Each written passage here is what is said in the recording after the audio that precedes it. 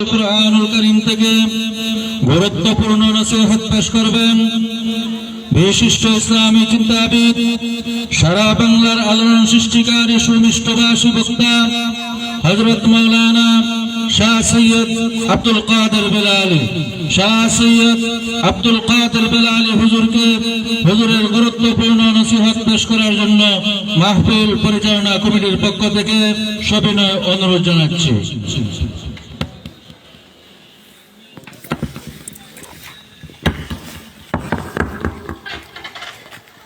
السلام عليكم ورحمة الله.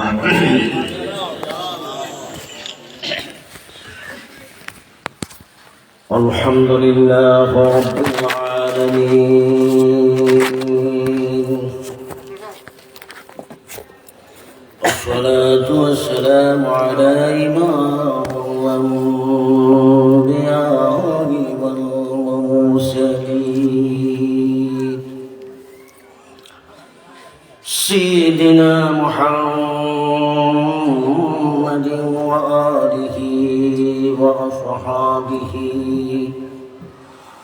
وأهل بيته أجمعين.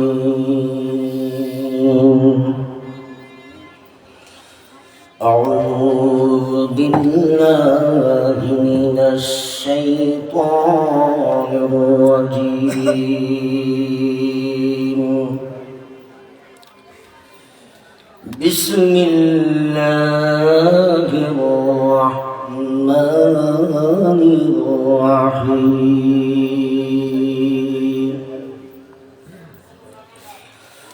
من جاء بالحسنة فله خير منها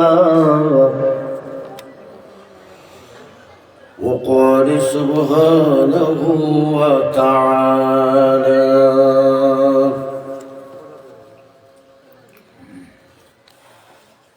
إن الله وملائكته يصلون على النبي يا أيها الذين آمنوا صلوا عليه وسلموا تسليما. بلغ العلا بكماله كشف الدجى بجماله حصلت جميع خصاله صلوا عليه وآله. بلغ العلا بكماله كشف الدجى بجماله حصلت جميع خصاله صلوا عليه وآله. او جانے والے حاجی جب تم جاؤ مدینہ دربار مصطفیٰ میں میرا سلام کہنا. بلغ العلا بكماله كشف الدجى بجماله حصلت جميع خصاله صلوا عليه وآله. من سے محمد ہے خدا کا پیارا جس سے پڑھو درود ہر دم جبرائیل نے پکارا. بلغ العلا بکمالہ کشف الدجى بجمالہ حصلت جميع خصاله صلوا عليه وآله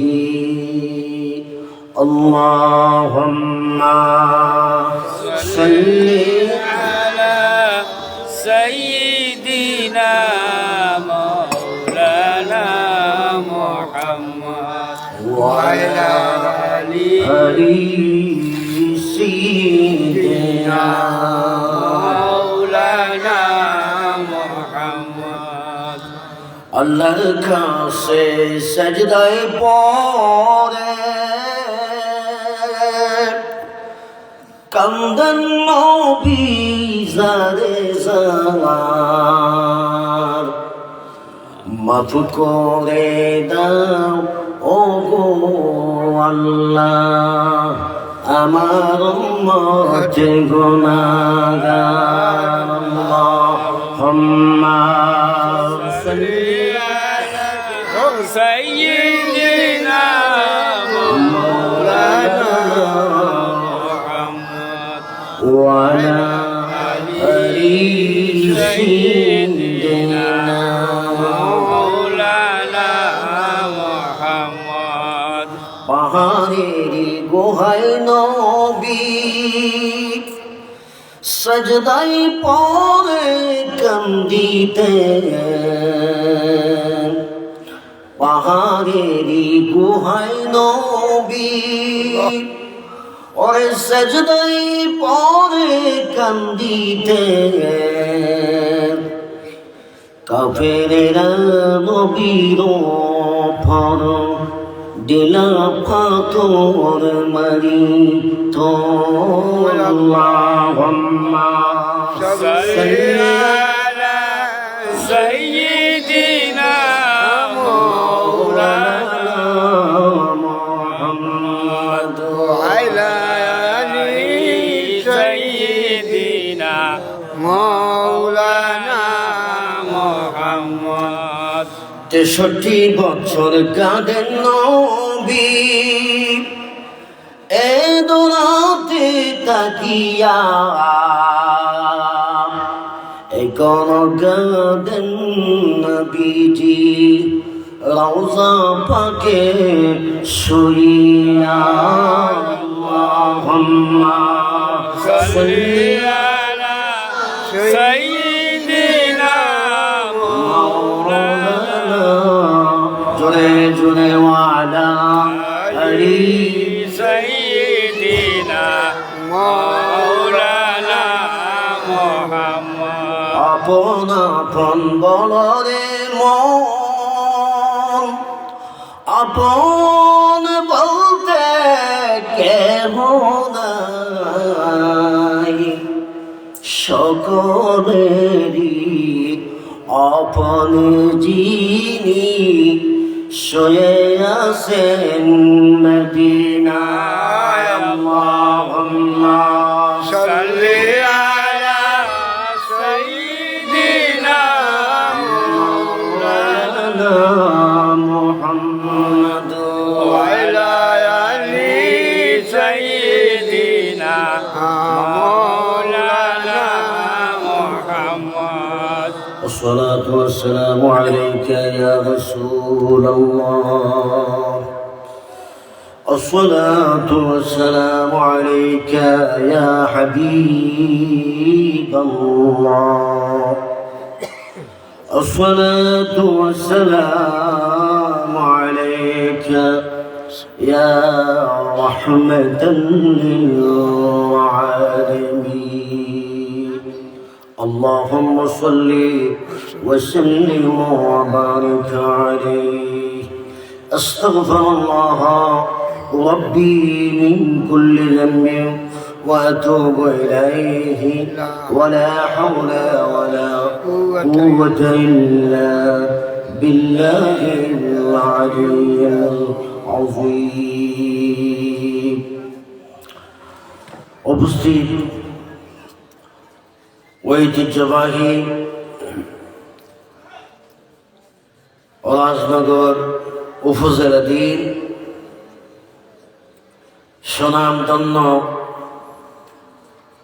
তারাপাশা বাজার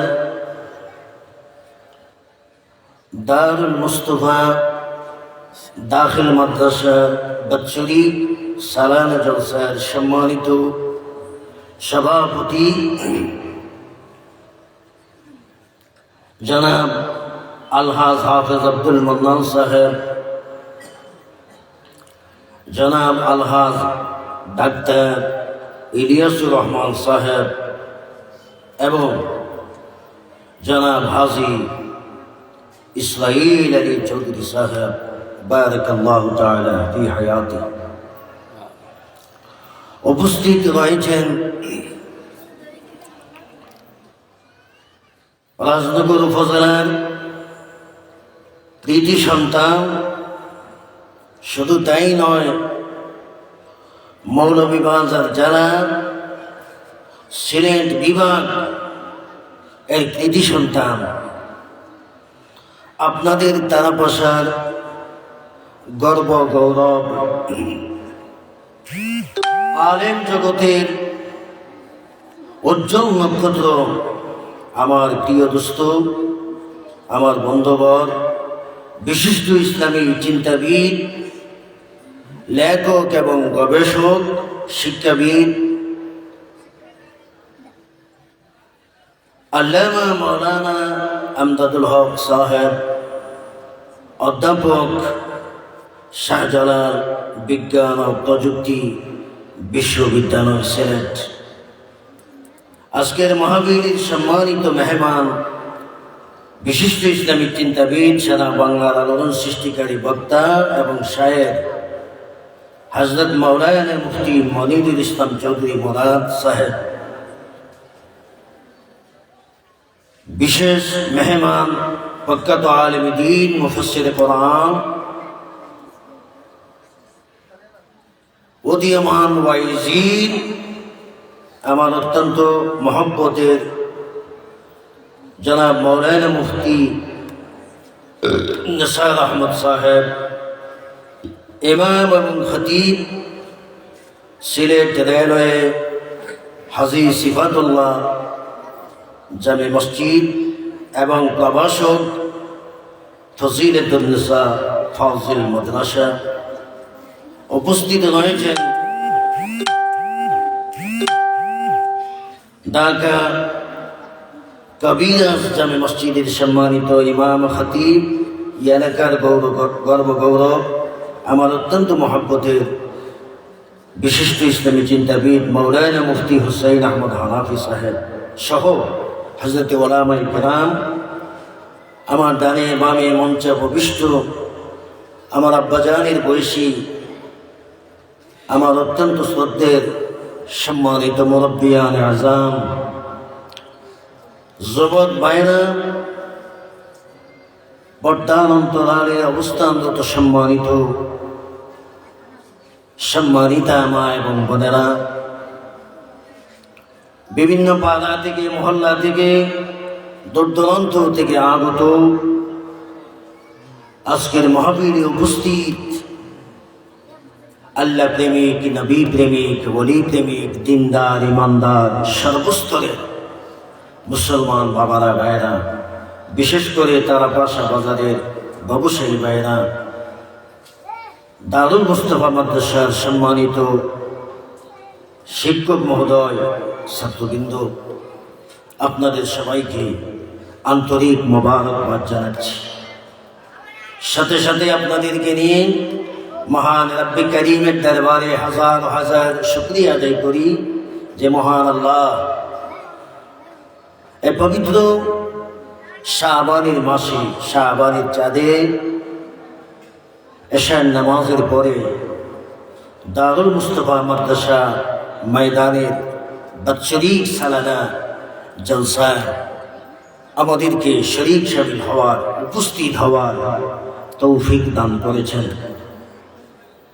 উলামায়ে কেরামের জবান থেকে কোরআন এবং সুন্নাহর বয়ান শুনে, শরীয়ত মারিফতের বয়ান শুনে, সত্য কথা জেনে বুঝে ঈমান এবং আমলকে মজবুত করে সত্যিকারের আল্লাহওয়ালা, নবীওয়ালা হওয়ার সুযোগ দান করেছেন।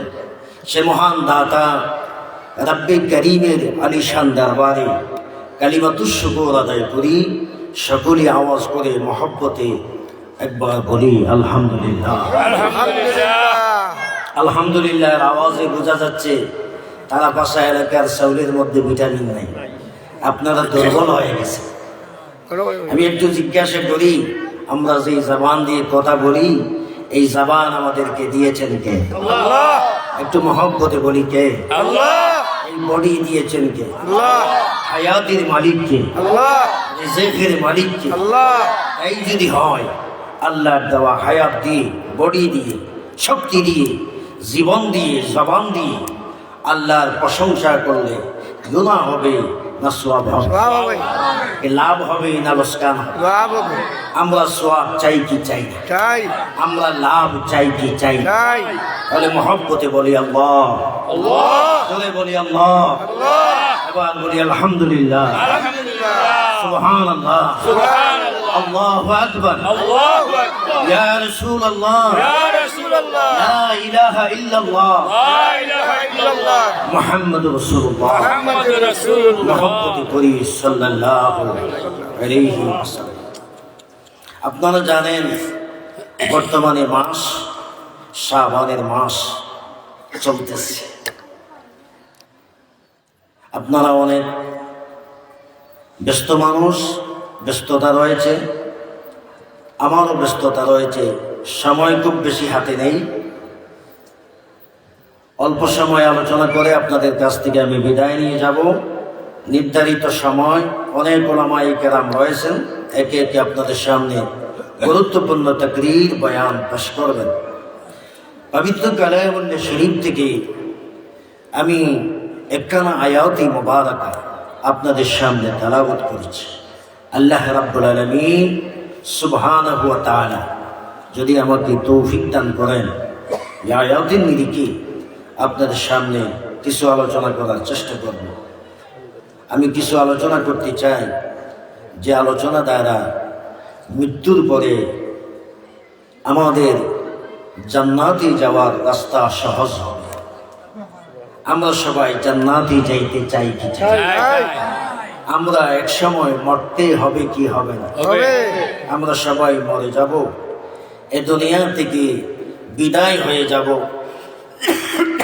এ দুনিয়াতে টাকার কোনো ব্যবস্থা নেই।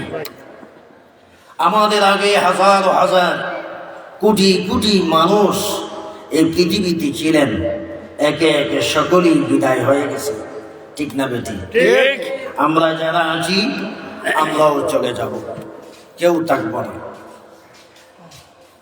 আল্লাহ রাব্বুল আলামিন আমাদেরকে পাঠিয়েছেন।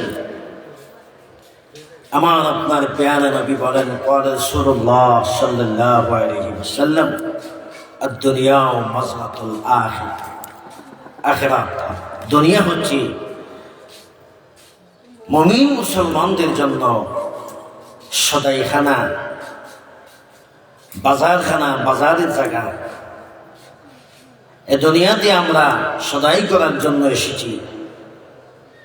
আল্লাহ রাব্বুল আলামিন আমাদেরকে পাঠিয়েছেন তার ইবাদতের জন্য। চিৎকার দিয়ে বলুন সুবহানাল্লাহ। নির্ধারিত সময় যখন আমাদের শেষ হয়ে যাবে, আমরা সকলেই দুনিয়া থেকে চলে যাব। এমন একটি জায়গায় যাব যেখানে বন্ধু নাই, বান্ধব নাই, সাথী নাই, বাতি নাই। কোন আশিকে রাসূল বলেন, বন্ধু নাই রে, বান্ধব নাই রে, যেই জায়গা সেই জায়গার বান্ধব নবী মুস্তাফা, সেই জায়গার বান্ধব নবী মুস্তাফা। আলহামদুলিল্লাহ বলেন। আমরা কবরে যাব, যদি দুনিয়াতে নেক আমল করে যেতে পারি, রাসূলের সুন্নতের আমল করে যেতে পারি, রাসূলের মহব্বত অন্তরে নিয়ে কবরে যেতে পারি, তাহলে কবরে আমাদের সাথী হবেন মুহাম্মাদুর রাসূলুল্লাহ। আওয়াজ করে বলুন সাল্লাল্লাহু আলাইহি ওয়াসাল্লাম। কবর এমন একটি জায়গা যেখানে সাথী নেই, পাতি নেই, ডানে তাকাইলে মাটি, বাম দিকে তাকাইলে মাটি, সামন দিকে তাকাইলে একটু আওয়াজ করে বলেন, সামন দিকে তাকাইলে কি দেখা যায়? পিছন দিকে, উপরে, নিচে, সব দিকে মাটি আর মাটি, সব দিকেই মাটি। কপাট বন্ধ করে দেওয়া হবে, হাজার মন মাটি উপরে চাপ দিয়ে আপনাকে আমাকে রেখে দেওয়া হবে। এই পৃথিবীর কোনো মানুষ আমাদের খোঁজ নেবে না, আমাদের দেখভালের জন্য কেউ যাবে না। সেখানে কোনো বন্ধ নাই, বান্ধব নাই, বিছানা নাই, বালিশ নাই। আসছো একা যাইবে একা, সঙ্গে যাবে কি? সঙ্গে যাবে দুটি নাম, আল্লাহ ও নবী। সঙ্গে যাবে দুটি নাম, আল্লাহ ও নবী। হাজরিন, যেহেতু আমরা কবরে যেতে হবে, কবরের সামানা, পরকালের সামানা আমাদেরকে তৈরি করতে হবে। আল্লাহ রাব্বুল আলামিন আমাদেরকে দুনিয়াতে সৃষ্টি করেছেন, ওয়ামা খালাকাতুল জিন্না ওয়াল ইনসা ইল্লা লিয়াবুদুন। মানুষ এবং জিনকে সৃষ্টি করেছেন ইবাদতের জন্য। জোরে বলেন কি জন্য? ইবাদতের জন্য। একটু আওয়াজ দিয়ে বলেন কি জন্য? ইবাদতের জন্য। बंदगी गुन बंदगी गुन बंदगी बेबंदगी जिंदगी सारा जिंदगी बेबंदगी जिंदगी सारा जिंदगी। इबादत करो ए अल्लाहर बंदा, अल्लाहर इबादत करो, अल्लाहर इबादत करो। ইবাদত বিহীন জিন্দেগি, লাঞ্ছনার জিন্দেগি, বঞ্চনার জিন্দেগি, বেইজ্জতের জিন্দেগি। দুনিয়াতে মানুষ যদি ইজ্জতি হতে চায়, সুখী হতে চায়, আখিরাতে যদি সুখী হতে চায়, জান্নাতি হতে চায়, তাহলে একটি মাত্র ব্যবস্থা ইবাদত, ইবাদত আর ইবাদত। জোরে বলুন সুবহানাল্লাহ। মৃত্যুর পরে আমরা সবাই জান্নাতে যাইতে চাই কি চাই? এজন্য আমাদেরকে ইবাদত করতে হবে কি হবে না? হবে। জোরে বলেন হবে কি হবে না? আজকে আমি আপনাদেরকে 4টা কর্মসূচি দেব। কয়টা কর্মসূচি? 4টা কর্মসূচি। এই 4টা কর্মসূচি যদি আমরা যথাযথভাবে পালন করে যেতে পারি, মৃত্যুর পরে আপনার জন্য, আমার জন্য জান্নাতের বাগান রয়েছে। আলহামদুলিল্লাহ বলেন। আলহামদুলিল্লাহ। আল্লাহ রাব্বুল আলামিন পবিত্র কালামুল্লাহ শরীফের মধ্যে ঘোষণা দিচ্ছেন, আউযু বিল্লাহি মিনাশ শাইতানির রাজীম, বিসমিল্লাহির রাহমানির রাহিম।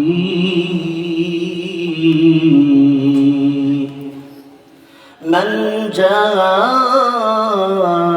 بالحسنة فله خير منها। আল্লাহ রাব্বুল আলামিনের সন্তুষ্টির জন্য যারা নেক কাজ করবে, ভালো কাজ করবে, আল্লাহর রাস্তায় দান খয়রাত করবে, নেক আমল করবে, আল্লাহ রাব্বুল আলামিন তাদেরকে উত্তম প্রতিদান দিবেন। জোরে বলুন সুবহানাল্লাহ। এবার বলুন আলহামদুলিল্লাহ। আলহামদুলিল্লাহ। নেক কাজের উত্তম প্রতিদান আছে না নাই? আছে। قال الله تعالى في كلامه القدير، من عمل صالحا فلنفسه ومن أساء فعليها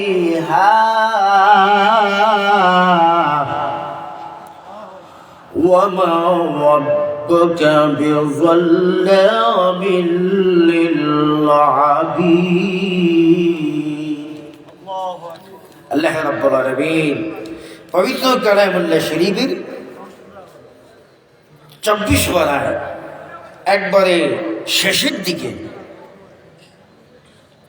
সূরা হামিমের শেষ পর্যায়ে আল্লাহ রাব্বুল আলামিন বলতেছেন 24 পারার শেষের দিকে 25 পারার আগে, মান আমিলা সালিহান ফালিনাফসিহি ওয়া মান আসাআ ফাআলাইহা। বান্দা যে ভালো কাজ করে এটা তার সুখের জন্য, তার নিজের জন্য, নিজের লাভের জন্য। জোরে বলো না সুবহানাল্লাহ। সুবহানাল্লাহ। আর বান্দা যদি খারাপ কাজ করে, গুনার কাজ করে, ঘুষ খায়, সুদ খায়, অশ্লীলতা বেহায়াপনার কাজে যদি তার জীবন অতিবাহিত করে, এজন্য তাকে শাস্তি পেতে হবে। এই বোঝা তাকে বহন করতে হবে। কথায় আছে, বিজলে খেতা বার হয়, যার খেতা হে বলে। বিজলে খেতা বার হয়, যার খেতা হে বলে। আপনার গাড়ি যদি আপনি ভিজিয়ে সেটা বার করে নেন, সেটা আপনাকেই বহন করতে হবে। আল্লাহ রাব্বুল আলামিন বলেন, বান্দা নেক কাজ করে ওটা তার জন্য, তার উপকারে আসবে, তার ফায়দা হবে, তার সুখ শান্তির জন্য, এটা আমার জন্য নয়। আল্লাহর ইবাদত করার কোনো প্রয়োজন নাই, আল্লাহর কোনো লাভ নাই। বান্দা ইবাদত করবে নিজের লাভের জন্য। বান্দা যদি খারাপ কাজ করে এটা তার শাস্তি হবে, তাকে ভোগ করতে হবে, তার উপরে শাস্তি প্রয়োগ করা হবে। وما ربك بظلام للعبيد। আল্লাহ রাব্বুল আলামিন তার বান্দার প্রতি জুলুম করেন না, যা তার প্রাপ্য তাকে তাই দেওয়া হবে। চিৎকার দিয়ে বলুন মারহাবা। ফামান ইয়ামাল মিসকালা যাররাতিন খাইরান ইয়ারা ওয়া মান ইয়ামাল মিসকালা যাররাতিন শাররান ইয়ারা। গভীর মনোযোগ। এজন্য আমি আপনাদেরকে 4টা কর্মসূচি দেব। 1 নাম্বার কর্মসূচি হচ্ছে, দুনিয়াতে আখিরাতে যদি আমরা সুখে থাকতে চাই, সুখ পেতে চাই, দুনিয়াতে যদি ইজ্জত পেতে চাই, আখিরাতে যদি ইজ্জতি হতে চাই, দুনিয়াতে যদি সুখে থাকতে চাই, আখিরাতে যদি জান্নাতি হতে চাই, তাহলে আমাদেরকে 1 নম্বর কর্মসূচি পালন করতে হবে। সেটা হচ্ছে আল্লাহর ইবাদত। জোরে বলুন সুবহানাল্লাহ। 1 নম্বর কর্মসূচি কি? আল্লাহর ইবাদত। ইবাদত করতে হবে।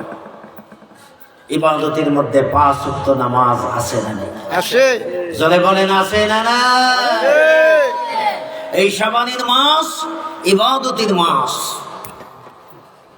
আহা,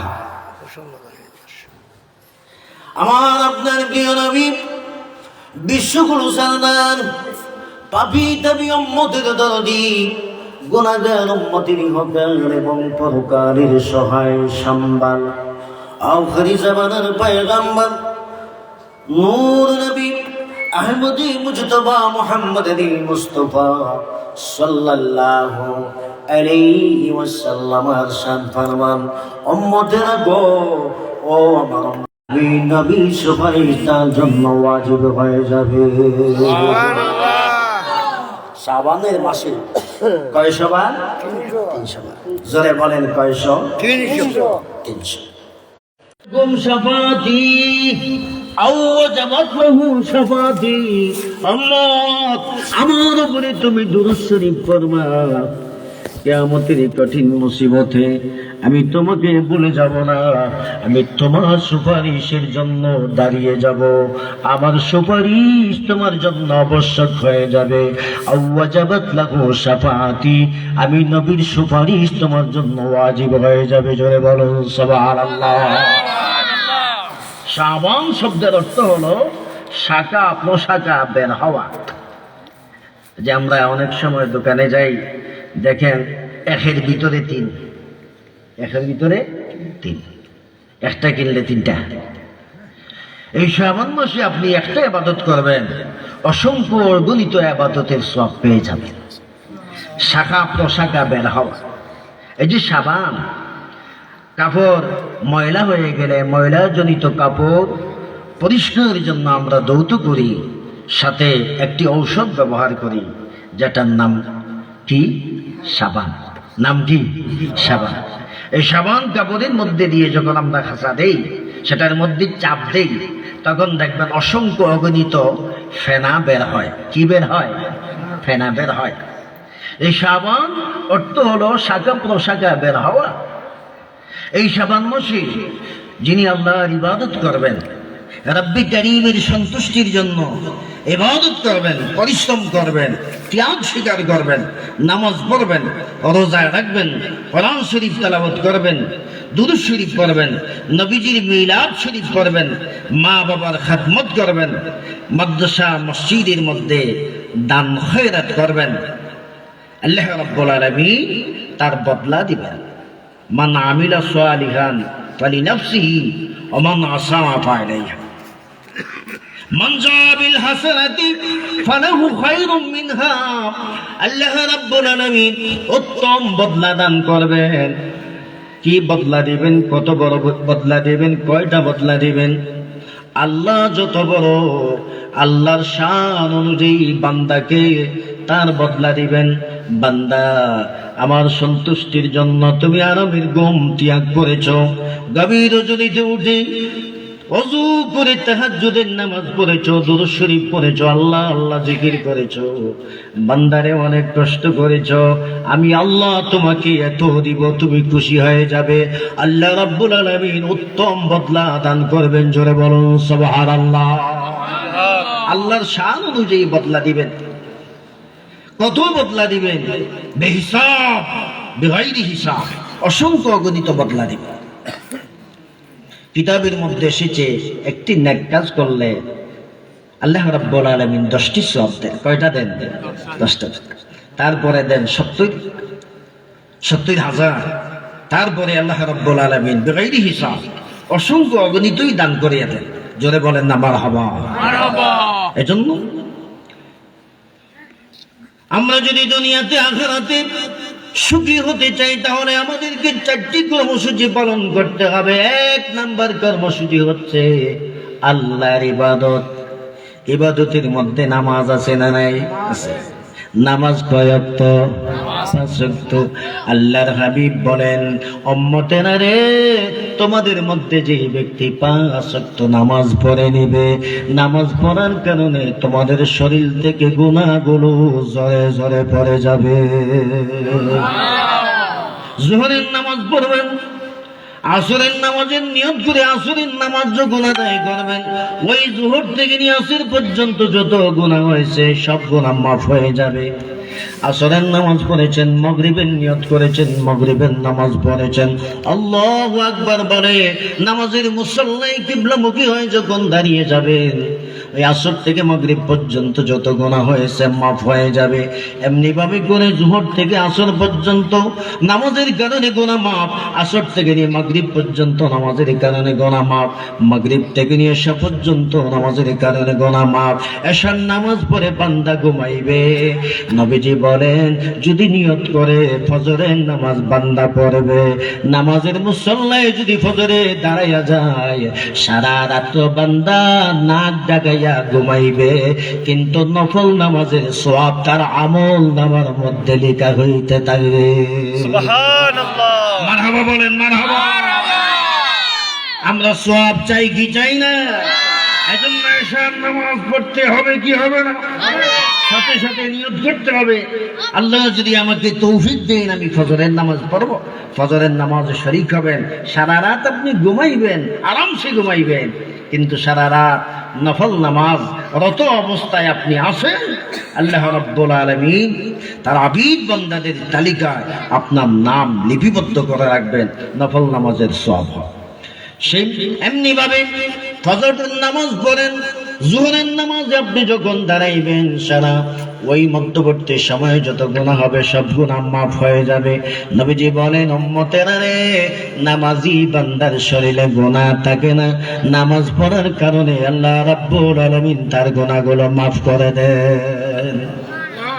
আর 5 ওয়াক্ত নামাজ বান্দা পড়বে, 50 ওয়াক্ত নামাজের সওয়াব আল্লাহ রাব্বুল আলামিন 5 দশে 50, 5 ওয়াক্ত নামাজ বান্দা পড়বে, কিন্তু 50 ওয়াক্ত নামাজ পড়ার সওয়াব আল্লাহ রাব্বুল আলামিন দান করে দিবে। সুবহানাল্লাহ। শুধু তাই না, গভীর মনোযোগ, অত্যন্ত গুরুত্বপূর্ণ কিছু কথা আমি আপনাদের সামনে রাখতে যাচ্ছি। কিতাবের মধ্যে এসেছে আসরের নামাজের পরে মাগরিবের আগে অসংখ্য গণিত ফেরেশতারা জমিনের মধ্যে আসেন ডিউটি আদায় করার জন্য। রাতের বেলা তারা ডিউটি আদায় করবেন, আর সুবহে সাদিকের সময়, দিনের প্রারম্ভে রাতের শেষে, ওই সময় অসংখ্য গণিত ফেরেশতারা দুনিয়াতে আগমন করেন দিনই ডিউটি পালনের জন্য। ফেরেশতারা দিনের বেলা যখন ডিউটি আদায় করে যান, আল্লাহ রাব্বুল আলামিন জিজ্ঞাসা করেন, ও ফেরেশতারা, আমার বান্দাকে কি হালতে তোমরা রেখে আসলে? বান্দা যদি আসরের নামাজ পড়ে আল্লাহ রাব্বুল আলামিনের দরবারে তারা রিপোর্ট পেশ করবে, আল্লাহ তোমার বান্দা আসরের নামাজ পড়েছে, মাগরিবের জন্য সে প্রস্তুতি নিতেছে, এই অবস্থায় রেখে এসেছি। জোরে বলেন সুবহানাল্লাহ। আবার আল্লাহ বলবেন, তাহলে সারা দিন আমার বান্দা ইবাদতের মধ্যে রয়েছে, তার সারা দিনের ইবাদত তার আমলনামায় লিখে দাও। জোরে বলুন সুবহানাল্লাহ। রাতের বেলা এমনি ভাবে, রাতের বেলা সন্ধ্যার সময় ফেরেশতারা যাবেন, রাতের সওয়াব লেখা হবে। রাতের শেষে দিনের প্রারম্ভে ফেরেশতারা আসবেন, আল্লাহ জিজ্ঞাসা করবেন, আমার বান্দা কি হালতে রেখে এসেছ? বান্দা এশার নামাজ পড়েছে, ফজরের নামাজের জন্য সে প্রস্তুতি নিতেছে। আল্লাহ রাব্বুল আলামিন বলেন, সারা রাত আমার বান্দা ইবাদতের মধ্যে রয়েছে, আমার তরফ থেকে সওয়াব দান করে দাও। জোরে বলুন সুবহানাল্লাহ। এমনি ভাবে 5 ওয়াক্ত নামাজ যারা পড়বেন গুনাহগুলো মাফ হবে, আর রাত দিন ইবাদতের মধ্যে বান্দা রয়েছে, আল্লাহ রাব্বুল আলামিনের দরবারে রিপোর্ট লেখা হবে। জোরে বলুন সুবহানাল্লাহ। গভীর মনোযোগ, আল্লাহ রাব্বুল আলামিনের ইবাদতের জন্য আমরা এই দুনিয়াতে এসেছি, আর ইবাদতের উত্তম একটি মাস হচ্ছে এই শাবানের মাস। নবীজি বলেন, শাবানের মাসে কোনো এক জুমার দিন আমার উম্মতের মধ্যে কেউ যদি 4 রাকাত নামাজ পড়ে, প্রথম রাকাতে সূরা ফাতিহার পরে 30 বার সূরা ইখলাস, প্রতি রাকাতে সূরা ফাতিহার পরে 30 বার সূরা ইখলাস, কুল হুয়াল্লাহু আহাদ আল্লাহুস সামাদ লাম ইয়ালিদ ওয়া লাম ইউলাদ ওয়া লাম ইয়াকুল লাহু কুফুয়ান আহাদ 30 বার পরে 1 রাকাত, এমনি ভাবে 2 রাকাত, 3 রাকাত, 4 রাকাত। আমার কোন উম্মত যদি এই আমলটা করতে পারে, তাহলে একটা মকবুল হজের সওয়াব আর একটা উমরা হজের সওয়াব, দুইটা হজের সওয়াব তার আমলনামায় দান করা হবে। জোরে বলুন সুবহানাল্লাহ। এজন্য এই শাবানের মাসে বেশি বেশি ইবাদত করার প্রয়োজন আছে না নাই? ইবাদতের মাস, বেশি বেশি ইবাদত করবেন। দ্বিতীয় নাম্বার কর্মসূচি হচ্ছে খাদমত। খাদমত করবেন, আল্লাহর সৃষ্টি জগতের খাদমত করবেন, মাদ্রাসার খাদমত করবেন, মসজিদের খাদমত করবেন, দ্বীন ইসলাম প্রতিষ্ঠার জন্য খাদমত করবেন, মা বাবার খাদমত করবেন।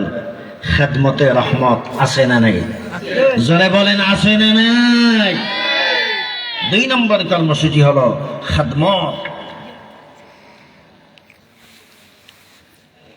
বান্দা যদি আল্লাহর সৃষ্টি জগতের খাদমত করে, তার খেদমতের জন্য আল্লাহ রাব্বুল আলামিন তার পিছনে খাদিম লাগিয়ে দিবেন। মাল্লাহুল মাওলা ফালাহুল কুল, যে আল্লাহর হয়ে যায়, কুল জাহান তার খাদিম হয়ে যায়। জোরে বলুন সুবহানাল্লাহ।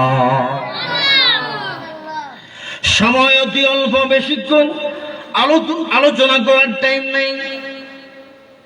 আমার বন্ধুরা, এই পৃথিবীর জমিনের মধ্যে আল্লাহর একজন ওলি ছিলেন, একজন আলেম দ্বীন ছিলেন, একজন হক্কানি রব্বানি বুজুর্গ ছিলেন। ওনার নাম হচ্ছে হযরত আব্দুল্লাহ ইবনে মুবারক। সবাই আওয়াজ করে বলুন রাহমাতুল্লাহি তাআলা আলাইহি। আব্দুল্লাহ ইবনে মুবারক রাহমাতুল্লাহ আলাইহি হজের সময় হজে গেছেন। হজের কাজ করে তিনি ক্লান্ত হয়ে, হেরান হয়ে বিশ্রাম নিচ্ছেন। আল্লাহর কুদরতকে বুঝতে পারেন বুজুর্গ আল্লাহর ওলি আশিক রাসূল নায়েবে নবী হযরত আব্দুল্লাহ ইবনে মুবারক রাহমাতুল্লাহ আলাইহি বিশ্রাম নিচ্ছেন। এমত অবস্থায় ওনার চোখের মধ্যে ঘুম চলে আসলো। কাবার চত্বরে, কাবার পাশে কোনো এক জায়গায় তিনি বিশ্রাম নিচ্ছেন, ঘুমিয়ে পড়েছেন। আল্লাহর কুদরতকে বুঝতে পারে। এমনি অবস্থায় ঘুমের হালতে তিনি স্বপ্নের মধ্যে পড়ে গেলেন। স্বপ্নে দেখেন অনেক সুন্দর দুইজন ফেরেশতা একে অন্যের সাথে বলা বলি করতেছে। এই বছর কত মানুষ হজে এসেছি আপনি কি জানেন? একজন আরেকজনকে প্রশ্ন করে। উনি বলে, এই বছর খানায়ে কাবা বাইতুল্লাহ তওয়াফের জন্য, হজের জন্য পৃথিবীর নানা প্রান্ত থেকে, অঞ্চল থেকে 6 লক্ষ হাজী সাহেব জমা হয়েছেন। জোরে বলুন সুবহানাল্লাহ। কয় লক্ষ? জোরে বলেন কয় লক্ষ? 6 লক্ষ। আরেকজন বলে 6 লক্ষ জমা হয়েছে ঠিক, তবে কারো হজ কবুল হওয়ার সম্ভাবনা নেই, কারো হজ কবুল হবে না। তবে একজন ব্যক্তি আল্লাহর মাহবুব বান্দা, আল্লাহর মায়ার বান্দা, উনি এই বছর হজে আসেন নাই, ওনার বাড়িতে রয়েছেন। হজে আসার জন্য ওনার প্রবল ইচ্ছা ছিল, ওনার আশা ছিল হজে আসবেন, প্রবল ইচ্ছা ছিল, কিন্তু কারণবশত তিনি আসতে পারেন নাই। আল্লাহর ওই মায়ার মাহবুব বান্দার উসিলায় এই বছর যে 6 লক্ষ মানুষ হজে এসেছেন, সকলের হজ কবুল করা হয়েছে। জোরে বলুন সুবহানাল্লাহ। উনি হজে আসে নাই, উনি ওনার বাড়িতে রয়েছে, কিন্তু ওনার উসিলায় সকলের হজ কবুল হয়েছে। কি হয়েছে? জোরে বলেন কি হয়েছে? মাগোমা, এটা কেমন কথা? এত বড় আল্লাহর ওলি হজে আসলেন না, ওনার হজ কবুল করা হয়েছে, সাথে সাথে 6 লক্ষ হাজী সাহেবদের হজ কবুল করা হয়েছে। আরেকজন ফেরেশতা বলে, ওনার বাড়ি কোথায়? ওনার বাড়ি দামেস্কের মধ্যে। ওনার নাম হচ্ছে হযরতে আলী ইবনে মুআক্কিফ দামেস্কি রাহমাতুল্লাহ আলাইহি। চিৎকার দিয়ে বলুন সুবহানাল্লাহ। গভীর মনোযোগ। প্রখ্যাত বুজুর্গ আল্লাহর ওলি নায়েবে মুস্তাফা হযরতে আব্দুল্লাহ ইবনে মুবারক রাহমাতুল্লাহ আলাইহি এই স্বপ্ন দেখলেন। কিছুক্ষণের মধ্যে ওনার ঘুম ভেঙে গেল, স্বপ্ন ভেঙে গেল। ঘুম থেকে তিনি সজাগ হয়ে গেলেন, মনে মনে চিন্তা করতে লাগলেন, দামেস্ক নিবাসী আলী ইবনে মুআক্কিফ কত বড় আল্লাহর মায়ার বান্দা, উনি হজে আসে নাই, তার হজ কবুল করা হয়েছে। আর 6 লক্ষ হাজিরা হজে এসেছেন, তার উসিলায় সকলের হজ কবুল করা হয়েছে। এই বুজুর্গ মানুষের সাথে দেখা করতে হবে, সাক্ষাৎ করতে হবে। বুজুর্গ মানুষের সাথে সাক্ষাৎ করার মধ্যে লাভ আছে না নাই? জোরে বলেন আছে না নাই? সুহবতের মধ্যে ফায়দা আছে না নাই? ইবাদত, খেদমত, সুহবত, 12 মানুষের সাথে থাকা সঙ্গগুণে লোহা জলে বস এক জমানে সোহবতে বাউনিয়া বেহতরাজ সদ সালে তাজ বেরিয়া বেহতরাজ সদ সালে তাজ বেরিয়া। একজন আল্লাহর মাহবুব মায়ার বান্দা কাছে তাকিলে লাভ আছে না নাই? কত লাভ! 100 বছর পর্যন্ত ইবাদত করিলে যে সওয়াব হয়, মানুষ যে লাভবান হয়, তার সাথেও তার চাইতেও বেশি লাভবান হয়। মারহাবা বলেন, মারহাবা। গভীর মনোযোগ হযরত আব্দুল্লাহ ইবনে মুবারক রাহমাতুল্লাহ আলাইহি মক্কা শরীফ হজের কাজ শেষ করিয়া তিনি সুবিধা মতো সুযোগ করিয়া দামেস্কের দিকে তিনি রওনা দিলেন। যাইতে আল্লাহর ওলি নায়েবে নবী আব্দুল্লাহ ইবনে মুবারক রাহমাতুল্লাহ আলাইহি দামেস্কের মধ্যে যে উপস্থিত হয়ে গেলেন। হযরত আলী ইবনে মুআকিবের খোঁজ করতে লাগলেন, তালাশ করতে লাগলেন। অনেক খোঁজাখুঁজির পরে তালাশের পরে ওনার সন্ধান পাওয়া গেল। আলী ইবনে মুআকিবের বাড়িতে চলে গেলেন। জোরে বলুন সুবহানাল্লাহ, আরো জোরে বলুন সুবহানাল্লাহ। সালাম কালাম হলো, কথাবার্তা হলো। আব্দুল্লাহ ইবনে মুআকিব আলী ইবনে মুআকিব দামেস্কি রাহমাতুল্লাহ আলাইহি বলেন, মেহমান আপনার নামটা আপনি বলেন। তিনি বললেন, আমার নাম আব্দুল্লাহ ইবনে মুবারক। আলী ইবনে মুআকিব বলেন, হুজুর আপনি তো অনেক বড় আল্লাহর ওলি, আপনার নাম আমি অনেক শুনেছি, আপনার কাছে দুনিয়া জোড়া আপনার পরিচয় আমি আগ থেকেই জানি, তবে আপনার সাথে আমার কোনদিন সাক্ষাৎ হয় নাই। আমার কপাল ভালো, আমার ভাগ্য খুলে গেছে, আমার ভাগ্য ভালো, আজকে আমি আমার গরিবালয়ে আপনি শুভাগমন করেছেন। কয় আলী ইবনে মুআকিব রে, আমি একটা কথা জানার জন্য মক্কা শরীফ থেকে বাইতুল্লাহ শরীফ থেকে এসেছি। আমি হজের কাজ করিয়া বিশ্রাম নিতেছিলাম, ঘুমের মধ্যে চলে গেলাম। এমত অবস্থায় স্বপ্নে দেখি 2 জন ফেরেশতা বলা বলি করতেছে, এই বছর 6 লক্ষ মানুষ হজে এসেছে, কারো হজে কবুল হওয়ার সম্ভাবনা ছিল না, কিন্তু একজন মানুষ হজে আসে নাই, তার হজ কবুল করা হয়েছে। আর ওই ব্যক্তির উসিলায় 6 লক্ষ হাজী সাহেবদের হজ কবুল করে নেওয়া হয়েছে। আমি আরেকজন ফেরেশতা জিজ্ঞাসা করে, ওই ব্যক্তির নাম কি? কয় দামেস্ক নিবাসী আব্দুল আলী ইবনে মুআকিব। তোমার নাম শুনে আমি তোমার তালাশে আসলাম, তোমার সাথে সাক্ষাৎ করার জন্য। দোস্ত এবার বলো তো, তুমি হজ করো নাই, তোমার হজ কবুল করা হলো, তোমার ওসিলায় 6 লক্ষ মানুষের হজ কবুল করা হয়েছে, কি নেক আমল তুমি করেছো? আলী ইবনে মুআকিব এই কথা শোনার পরে আল্লাহ আল্লাহ আল্লাহ আল্লাহ বলে চিৎকার করে কান্নাকাটি আরম্ভ করে দিলেন। জোরে বলুন সুবহানাল্লাহ। আসমানের নিচে জমিনের উপরে আমার মতো গুনাহগার আর কেহ নাই। আল্লাহ আমার মতো গুনাহগার আর কেহ নাই। আলী ইবনে মুআকিব বলেন, আসমানের নিচে জমিনের উপরে হুজুর আমার মতো গুনাহগার কেউ নাই। আমার আল্লাহ এত দয়া করেছে, আমি হজে যেতে পারি নাই, আমার হজ কবুল করা হয়েছে, হাজী সাহেবদের হজ কবুল করে নেওয়া হয়েছে। হযরত আব্দুল্লাহ ইবনে মুবারক রাহমাতুল্লাহ আলাইহি বলেন, ও দোস্ত আলী ইবনে মুআকিব বলো তো তুমি কি নেক আমল করো? আলী ইবনে মুআকিব ডাক দিয়ে বলেন, মারহাবা। ডাক্তার সাহেব আসছেন, মারহাবা, অনেক দিনে সাক্ষাৎ হলো, সবাই বলি মারহাবা, আরো জোরে বলি মারহাবা। যদুর শরীফ বলি, আল্লাহুম্মা সাল্লি মাওলানা মুহাম্মাদ আলা আলি সাইয়্যিদিনা 713 নদী পারি দিতে পারলাম না,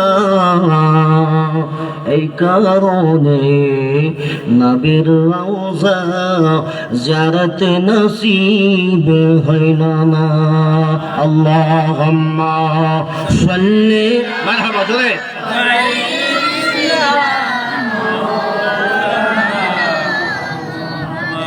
وعلى آل سيدنا গভীর মনোযোগ। হযরত আলী ইবনে মুআক্কাব দামেশকি রাহমাতুল্লাহ আলাইহি বলেন, ও আল্লাহর ওলি নায়েবে নবী আব্দুল্লাহ ইবনে মুবারক, আমি একজন গুনাহগার মানুষ, আমি একজন নাকিস মানুষ, আমি একজন খাকসার মানুষ, আমি একজন অদম মানুষ। আসমানের নিচে জমিনের উপরে আমার মতো গুনাহগার কেউ নাই। আমি একজন নিচু বংশের মানুষ, যাতে আমি মুসি লাগি, যাতে কি মুসি, যাতে আমি একজন মুসি, আমি মুসি বংশের মানুষ, একবারে নিচু পর্যায়ের বংশের একজন মানুষ। আমি বাজারের মধ্যে মানুষের জুতা সেলাইয়ের কাজ করি। জোরে বলুন সুবহান। হায় হায় হুজুর, এই পৃথিবীর জমিনের মধ্যে আমি সবচেয়ে অদম নাকিস একজন মানুষ। আমি মুসি বংশের মানুষ, মানুষের জুতা সেলাইয়ের কাজ করি। সামান্য যা আয় উপার্জন হয়, ওই আয় দিয়ে আমার পরিবার পরিজন নিয়ে আমি চলি। ডাইল ভাত খেয়ে কোন রকম আমি বেঁচে থাকি। আল্লাহর ওলি গো, আমি বড় গরিব মানুষ গো, বড় অসহায় মানুষ গো। প্রতিদিন রোজগার করতে হয়। যেদিন আমার রুজি হয় না, আমার তাপ এসে যায়, জ্বর এসে যায়, কাশি এসে যায়, শরীর দুর্বল হয়ে যায়, আমি অসুস্থ হয়ে পড়ি। মেঘ বাদলা যখন চলে আসে, ঝড় তুফান চলে আসে, আমার রুজি হয় না। হুজুর, ওই সময় আমার ঘরের চুলায় আগুন জ্বলে না, না খেয়ে থাকতে হয়। আমি এত গরিব মানুষ, একজন ফকির মানুষ। হুজুর, তবে আমার মনের মধ্যে বড় আশা, আমি বাইতুল্লাহ শরীফ যাব, আল্লাহর ঘর আমি তওয়াফ করব, মদিনা শরীফ যাব।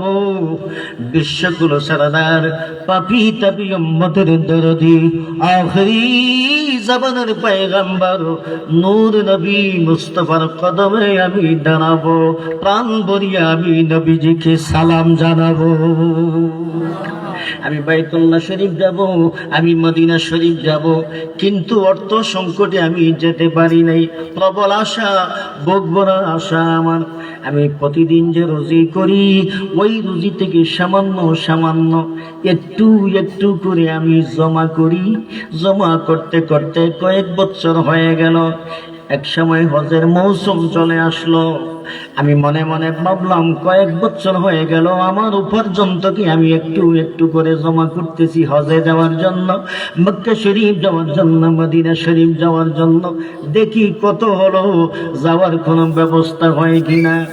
আমি ওই টাকাগুলো আমি খুলে, ওই ব্যাংক খুলে জমা করে যে গর্তের মধ্যে আমি রেখেছিলাম, ওই গর্ত থেকে টাকাগুলো উঠাইয়া আমি গণনা করলাম।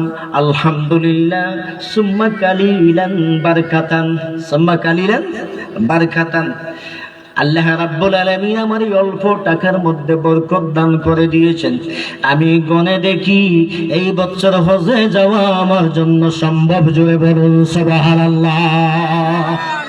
হুজুর, ওগো আল্লাহর ওলি আব্দুল্লাহ ইবনে মুবারক রাহমাতুল্লাহ আলাইহি, আমি টাকা গণনা করে দেখলাম এই বছর আমি হজে যেতে পারবো, বাইতুল্লাহ শরীফ আমি তওয়াফ করতে পারবো, মদিনায় আমার রাসূলের নূরানি রওজায় আমি দাঁড়াইতে পারবো, নবীজির কদমে আমি সালাম আরজ করতে পারবো। আমি হজে যাওয়ার প্রস্তুতি নিচ্ছিলাম। এক সময় আমার আমার স্ত্রী ছিলেন গর্ভবতী, আমার স্ত্রীর পেটের মধ্যে সন্তান ছিলেন। আমার স্ত্রী একদিন রাত্রে আমার ডাক দিয়া বলে, স্বামী গো, ও স্বামী, পাশের বাড়ির মধ্যে গোশত রান্না হচ্ছে, ডেস্কি থেকে সুঘ্রাণ আসতেছে, বাতাসে আমাদের বাড়ির মধ্যে গোশতের ঘ্রাণ নিয়ে আসছে, গোশতের ঘ্রাণ আমার নাসিকার মধ্যে পাচ্ছি। স্বামী গো, ওই বাড়ি থেকে একটু গোশত নিয়ে আসেন। কারণ গরিব মানুষ, মহিলা মানুষ, গর্ভবতী মহিলাদের অনেক সময় অনেক কিছু খাওয়ারও ইচ্ছা হয়। ডাক্তার সাহেব পাশে আছেন, উনি এটা ভালো বুঝবেন, মারাবো বলেন না। গভীর মনোযোগ। স্বামী বললেন, যাও, তাহলে তুমি যাও, আমি যাব না, তুমি আস্তে আস্তে চলে যাও, একটু নিয়ে আসো, আর বলবা আগামী দিন বাজার থেকে গোশত আনিয়া পাক করিয়া আমরা গোশতের তরকারি তাকে বদলা দিয়ে দিব।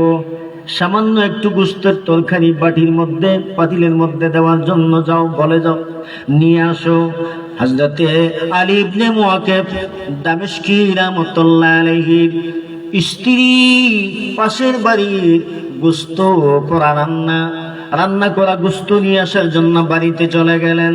যাওয়ার বললেন, বোন একটু গোশত দেন, তরকারি দেন, আমি গর্ভবতী, আমার মন চাচ্ছে একটু গোশত খাওয়ার জন্য।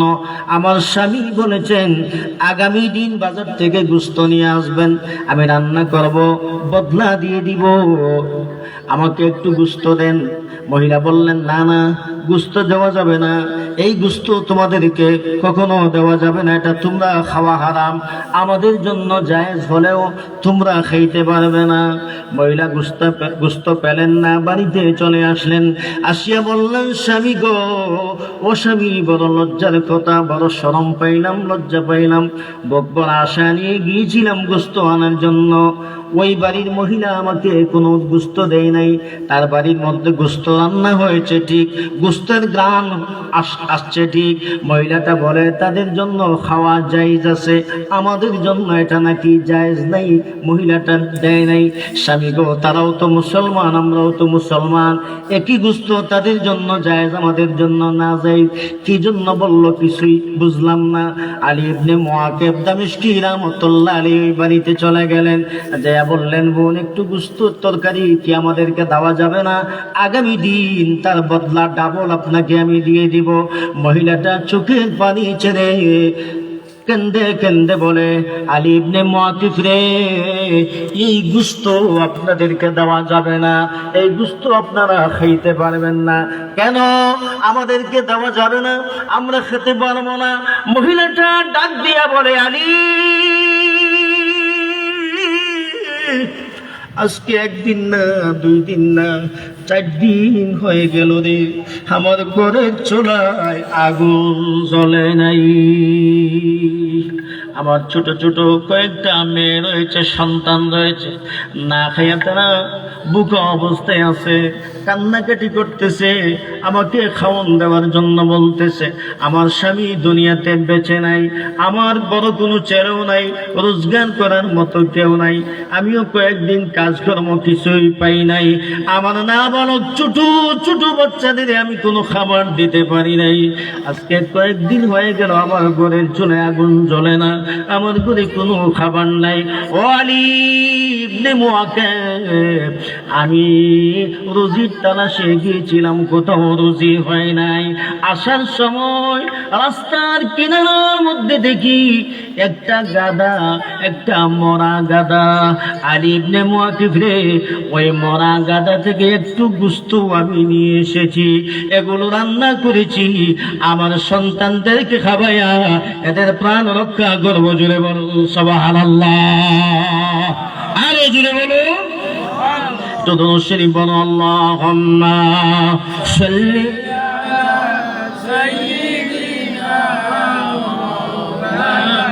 সময় শেষ নেই আমার।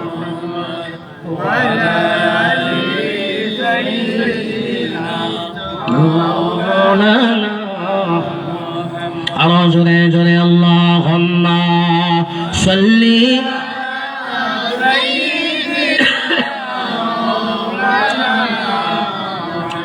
وعلى آل سيدنا গভীর মনোযোগ। আলী ইবনে মুআকিব রাহমাতুল্লাহ আলাইহি করুন কাহিনী শুনিয়া, এতিম অসহায় গরিব ফকির মিসকিনদের কাহিনী শুনিয়া, যদিও নিজ বংশের মানুষ, যদিও তিনি মুসির কাজ করেন, কিন্তু আলী ইবনে মুআকিব বড় আল্লাহওয়ালা ছিলেন, বড় দিনদার ছিলেন, ইমানদার ছিলেন, নামাজি ছিলেন, মুত্তাকি ফরহাজগার আবিদ বান্দা ছিলেন, একজন আশিকে রাসূল ছিলেন, একজন মুমিন মুকাম্মিল ছিলেন। আলী ইবনে মুআকিব করুন কাহিনী শুনিয়া আর চোখের পানি রাখতে পারে নাই, গড়গড় করে চোখের পানিগুলো ছেড়ে দিয়েছে, গাল বেবে টপকায়া চোখের পানিগুলো পড়ে ডাক দিয়ে বলে, বোন গো, আমার পাশের বাড়ির মানুষ আপনারা, অথচ আমি জানি না আপনার এতিম বাচ্চাদের নিয়ে আজকে 4 দিন ধরে বুখা রয়েছেন, ঘরের চুলায় আগুন জ্বলে না, কেন আমার কাছে গেলেন না? আমাকে বলতেও পারতেন। আমি তো আপনাদের দুশমন না, আমি তো আপনাদের শত্রু না, আমি তো আপনাদের প্রতিবেশী, আমার কাছে কেন গেলেন না? এই কথা বলে আলী ইবনে মুআকিব বললেন, আপনারা একটু অপেক্ষা করেন, আমি আসি। বাড়িতে আসিয়া হজের জন্য জমাকৃত টাকাগুলো উঠাইয়া চোখের পানিগুলো ছেড়ে ছেড়ে হযরতে আলী ইবনে মুআকিব রাহমাতুল্লাহ আলাইহি ওই গরীব মানুষের ঘরের মধ্যে চলে গেলেন, ডাক দিয়ে বললেন, মহিলা, আমি একজন গরিব মানুষ, আপনারা জানেন আমি মুসির কাজ করি, মনে মনে আশা ছিল হজে যাব, আল্লাহর ঘর তওয়াফ করব, নবীর রওজা শরীফে যাব, জিয়ারত করব। আমি জমা করেছিলাম কিছু টাকা, এই বছর হজে যাওয়ার জন্য আমি ইচ্ছা পোষণ করেছিলাম। আমাদের কাহিনী শুনিয়া আমি আর সহ্য করতে পারি না, আমার চোখের পানি আমি ধরে রাখতে পারি না, আমার মনে আমি বুঝাইতে পারি না, তোমাদের জন্য আমার বড় মায়া হয়, বড় দয়া হয়, হজের টাকাগুলো আমি আপনাদের দান করিয়া দিলাম।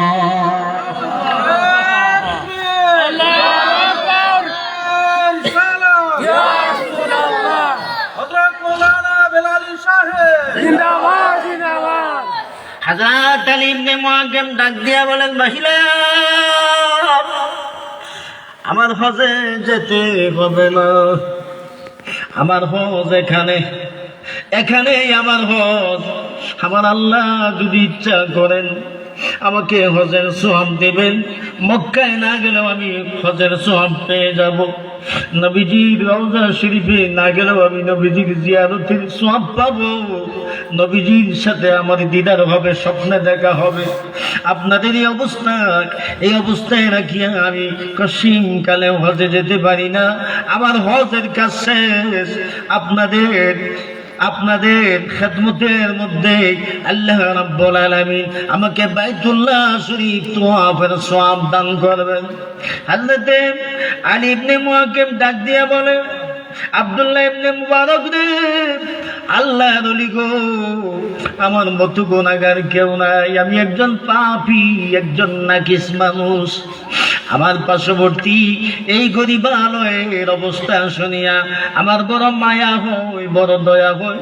আমি হজের টাকা দিয়ে আমি হজে যাই নাই, সব টাকাগুলো তাদেরকে আমি দান করে দিয়েছি, এছাড়া আমি আর ভালো কোনো কাজ করতে পারি নাই।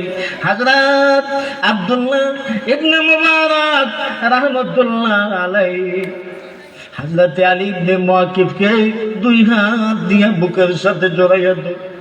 বুকের সাথে জড়াইয়া চোখের পানি গুলো সারিয়া সারিয়া বলে, আলী রে, ও আলী ইবনে মুআক্কিব, তোমার কপাল লাগছে রে আলী, তোমার ভাগ্য খুলে গেছে রে আলী, তুমি হজে যাও নাই। আল্লাহ রাব্বুল আলামিন প্রতি বছর হজের সময় একজন ফেরেশতা দিয়া কিয়ামত পর্যন্ত তোমার নামে হজ করাইবে। আলী ইবনে মুআক্কিব, তুমি হজে যাও নাই, না যাওয়ার পরেও আল্লাহ রাব্বুল আলামিন তোমার জন্য হজ কবুল করে দিয়ে শুধু তোমার জন্য না, তোমার উসিলায় এই বছর 6 লক্ষ হাজিরা হজ করার জন্য এসেছি। সকলের হজ তোমার জন্য কবুল করা হয়েছে। তোমার কপাল লাগছে রে, তোমার ভাগ্য খুলে গেছে। আপনারা বলেন, মানুষের খেদমতে লাভ আছে না নাই? জোরে বলেন, লাভ না লোকসান? এজন্য আমি আপনাদেরকে 2টা কর্মসূচি দিলাম। 1 নম্বর কর্মসূচি আল্লাহর ইবাদত, 2 নম্বর কর্মসূচি হলো খেদমত। মানুষের খেদমত করবেন, গরিবের খেদমত করবেন, ফকির মিসকিনের খেদমত করবেন, মাদ্রাসার খেদমত করবেন, মসজিদের খেদমত করবেন। খেদমতে রহমত। কোন সময় আপনার ভাগ্য খুলে যাবে বলা যায় না। কিতাবের মধ্যে এসেছে আল্লাহর দরবারে সবচেয়ে পছন্দনীয় আমল কি?